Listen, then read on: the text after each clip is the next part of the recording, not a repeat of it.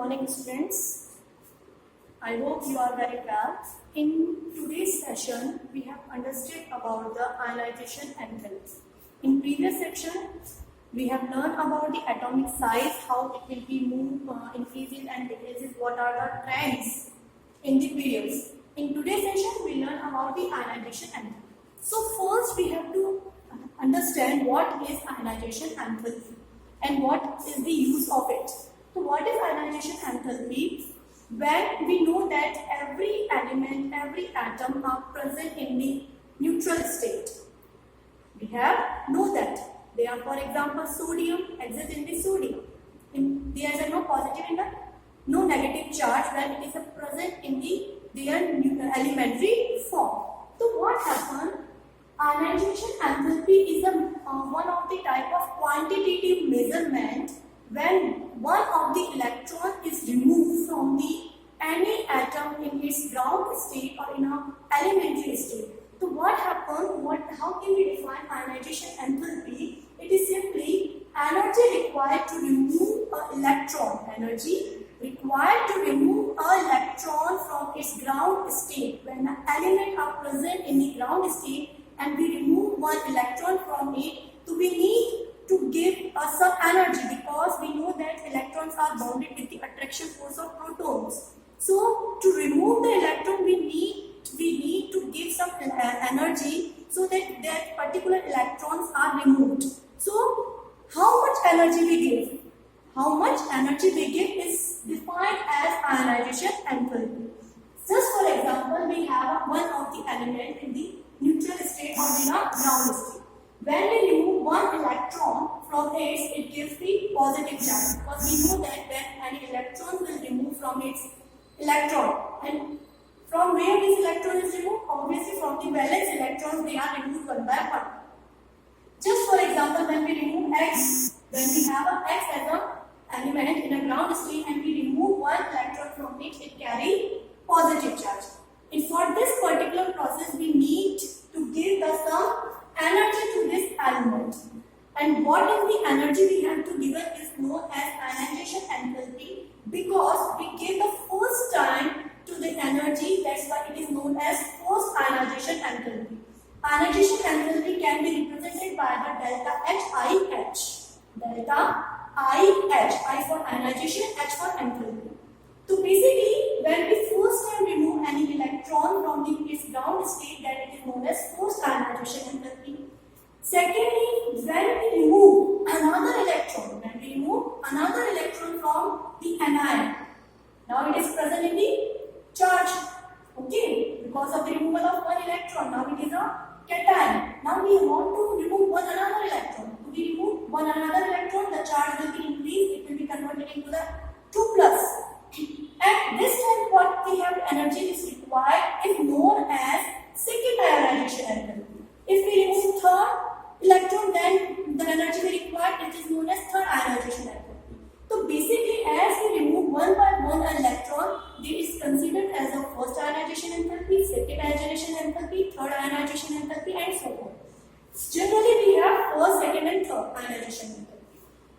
Ionization enthalpy is always a positive quantity. Why it is positive quantity? Because we need to give the energy, and if we give the energy, it is always endothermic type of reaction, and its value is always a positive. When in some condition, in some energy, in some process, if energy is released, then it is considered as a negative. So value of ionization enthalpy is always a positive and be measured in kilojoule per mole.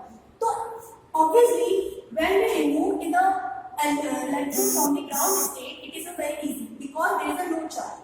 But when we remove an electron from the charged ion, we need because it carries already positive charge. It means we know that we learned already in a previous session. The positive charge have a smaller atomic size. Now it have a smaller atomic size. It means nuclear attraction force will be somehow increases on the electron. So to release the electron which have a more attracted by the proton is somehow difficult from the previous section. So always delta H, second ionization enthalpy is always bigger than the first one. Why it is? Because now we have remove the electron from the anion, and in this stage we have removed the electron from the ground state. When a charge is there, we learn that positive charge have a smaller size from their parent one. So they have somehow a very smaller size. So attraction forces increases, and if attraction forces increases, so outermost electron will be attracted more. And if we remove, it is tightly bounded somehow. And if we want to remove that electron, we need some extra energy. In compared to the first, we have to give the more energy to remove the second electrons. So it is always second ionization enthalpy is greater than first ionization enthalpy. It is trend, but it is not always happen in all the condition. There is some another factor is also responsible. The general trend is that the second ionization enthalpy is higher than the first one. But there is some kind of different kinds of trends also occur, in which case first ionization enthalpy will be less and first ionization enthalpy will be more and second ionization enthalpy will be less. It will be we will discuss this thing in a next session. So in general, what will be happen? What we have seen when we move in the periods. When we move in the periods, what happens? What is the effect of ionization enthalpy? As we move in the period, delta H, ionization enthalpy will be increases. Why it is increases? Because we know that when we move left to right in the periods, atomic size decreases. If atomic size decreases, it means some nuclear effective charge, attraction force, nuclear attraction force will be increases. It means as we move left to right, the electrons of the outermost shell will be experience a more attraction force from the nucleus. Now, if it attracted more, it means it is strongly bounded, and if we want to remove that electrons, we need a more energy. So, as we move left to right in the period, always there is an increase of the ionization enthalpy. What happens when we move up to down? Just reverse of this. When we move up to down, delta Hi, it means ionization enthalpy decreases.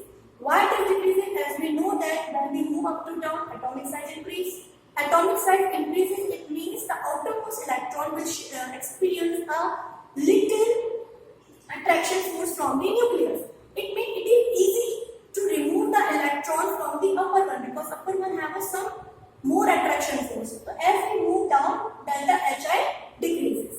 Just for example, we have a second period in which lithium, beryllium, boron, carbon, nitrogen, oxygen, fluorine are present. As I told you, in a period delta H increase. So here I have some values of this ionization enthalpy. This is the first ionization enthalpy. The first ionization enthalpy of lithium is 520, barium 899, boron 801, carbon 1086, nitrogen 1402. As if I want to increase, I want to arrange into the increasing order. What I have arranged? Our expectation according to this particular section, as we move from left to right, delta H increases. So what we have right? Lithium is lesser than beryllium, beryllium is lesser than boron, boron is lesser than carbon, carbon is lesser than nitrogen, and nitrogen is lesser than oxygen. We have to expect this. This is our expectation. But what happens is actually in the first ionization enthalpy, when we move left to right in the period of second, lithium have a lesser ionization enthalpy from the beryllium, as we discussed. But beryllium have a more ionization enthalpy than the boron.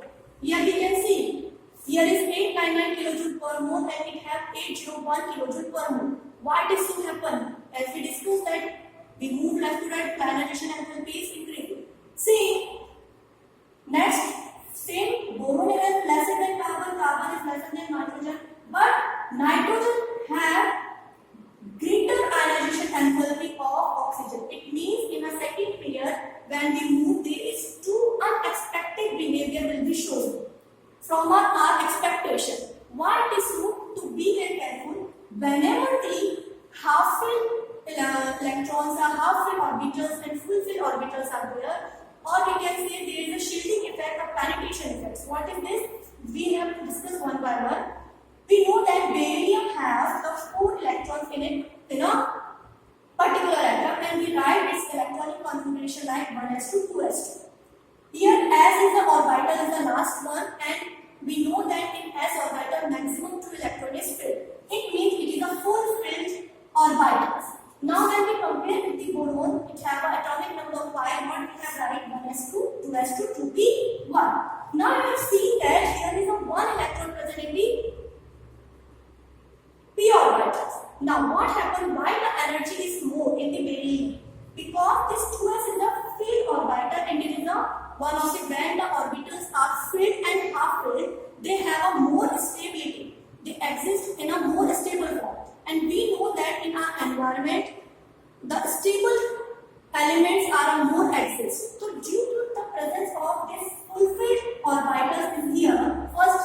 here because 2s is a full field and it gains a more stability. It gains a more stability so that it will be require a more energy to remove this electron because it is a stable one is compared with this. Second, how can we explain this? Here 2p1 and here is 2s2 in which 2s2 is an inner orbital.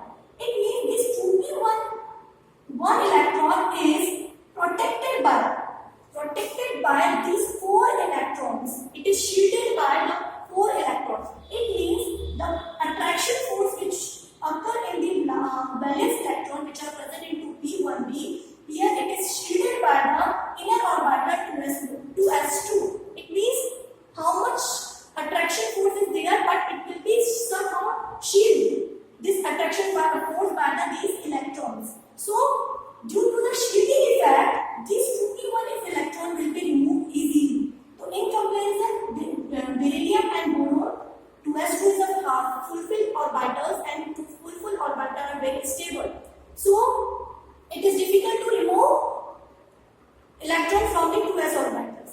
And why it is easy to remove this 2p1? Because this 2p1 electron have shielded by the 2s2 electrons. So there is a lesser restriction force, lesser attraction force by the nucleus is present. So it is easily removed. That's why beryllium has a higher ionization enthalpy than the boron. Same in case of nitrogen and oxygen. We have written that nitrogen atomic size is 7. Atomic number is 7. How can we write 1s2, 2s2, 2p3?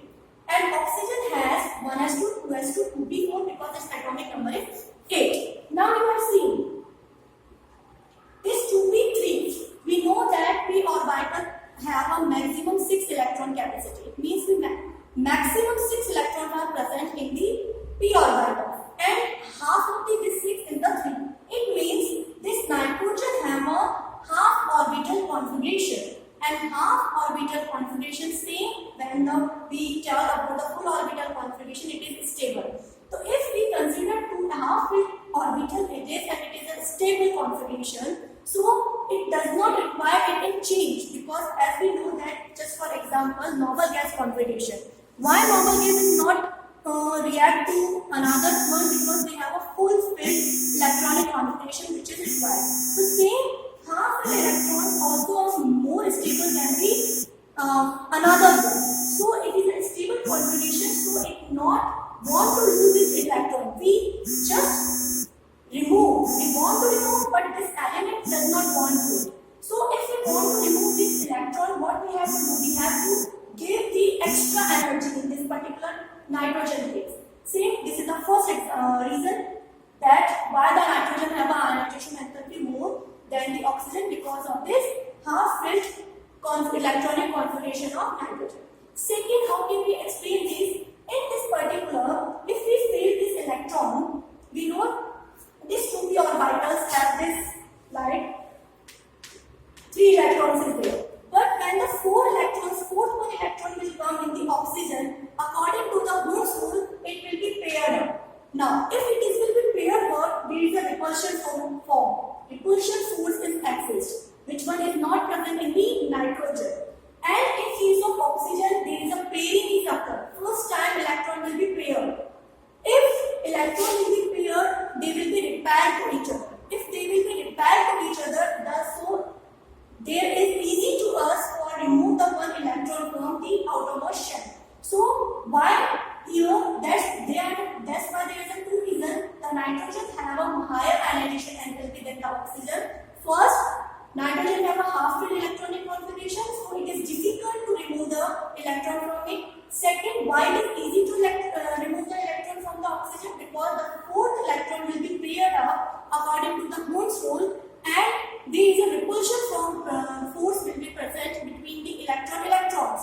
So the electron will be wants I will be losing from this there, so it is easy. We have only because that oxygen electron itself wants always we have to remove this electron here. There is a repulsion force, so we have to remove. So we all need only a small energy to remove this electron. That's why there is nitrogen is have more ionization enthalpy than the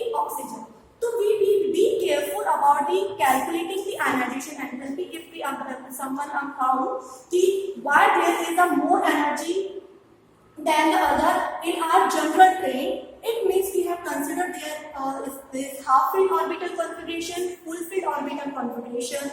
If there is half filled orbital configuration and full filled orbital configuration are present, then that particular elements have more ionization enthalpy than the simple one. This will be also are present in the first and second ionization enthalpy. Just for example, beryllium. Just we consider the beryllium. When we consider only beryllium and first time I remove the electron from it, so it is fulfilled. It is fulfilled ionization and fulfilled electronic configuration. So there is a difficult to remove the first electron. But when we remove the one electron, it will be converted into the Be plus. It means one electron will be removed and its configuration will be changed into the 1s2 and 2s1. Now here is only one electron are present in this electron or in this electron configuration outermost shell. So now it is easy if we want to remove the second electron. If we want to remove second electron from this particular beryllium, it is very easy to us to remove this because it is not in the fulfilled configuration. So in case of beryllium and beryllium, as I already told, generally second ionization enthalpy is high than the first one. But when we consider beryllium, in case of beryllium, second ionization enthalpy is less than the first ionization enthalpy. It means first ionization enthalpy is high. We need more energy to remove first time from the electron. Why? Because it is fulfilled orbital configuration. I think it will be clear to you. In the next session, we will learn about the electronic enthalpy, or we will learn about the electron negativity and their general type in the periods and growth. Thank you.